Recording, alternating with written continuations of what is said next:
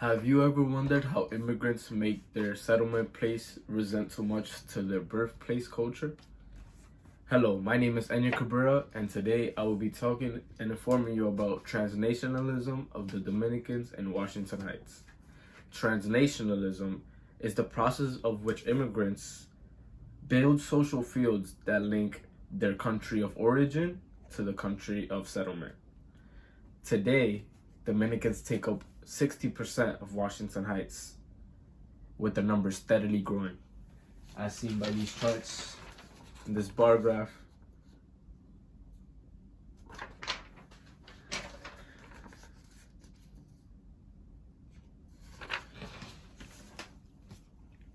I myself was a part of that percentage. I am a Dominican from the Heights. Dominicans have taken their culture and brought it to New York so they have another place to call home.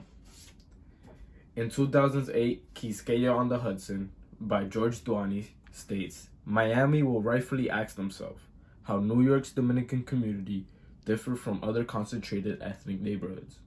My response would be that few immigrant communities have developed such a large number and variety of transnational ties to their country of origin and have maintained such strong ties over several decades as Dominicans in New York. This exemplifies how transnationalism is something that, although it may occur often in small senses, it is rare to find it at such large degree that Dominicans have taken it to in Washington Heights. Throughout the years, immigration has changed and has come in many different forms, in many different ways, from many different countries. But Dominicans seem to have kept steadily growing and using almost the same routes as their neighbor time and time again. In December 22nd, 2008, Dominican Americans in Washington Heights, New York Language and Culture in a Transnational Community by Susan J. Dicker, it states, however, the immigrant situation today is far different from what it has been traditionally. Newcomers maintaining roots in the homeland while settling down new ones. In addition, he's to the homeland are not necessarily cut after the second generation is born on the U.S. soil. The Dominican American community of Washington Heights, New York, is representative of this new immigrant paradigm. This simplifies that even though immigration has changed and Dominicans are still maintaining their roots and their connection to their homeland. Even though Dominicans have created a transnational family, they have no rush in becoming U.S. citizens or even staying here forever.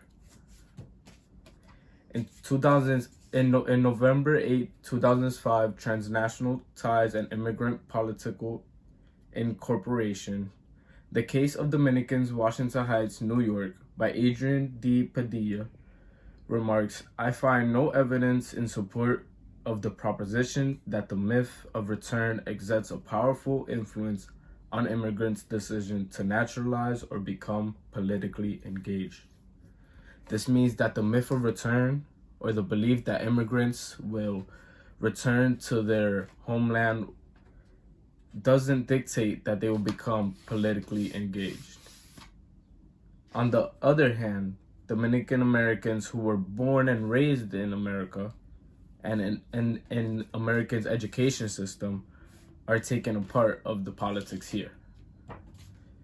In 2004, Developing Politics in Quisqueya Heights, Local and National Trajectories of Dominican Americans Organization by LEP states, and finally, a new generation of Dominican Americans raised and educated in public institutions in New York City came of age and solidified the new direction of Dominican American organizations.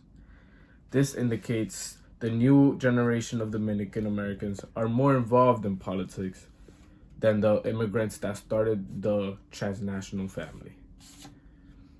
To put it all together, Dominicans have linked their culture with the U.S. and bring it to the Washington Heights. They have maintained their roots, created transnational families, and have gotten involved with politics.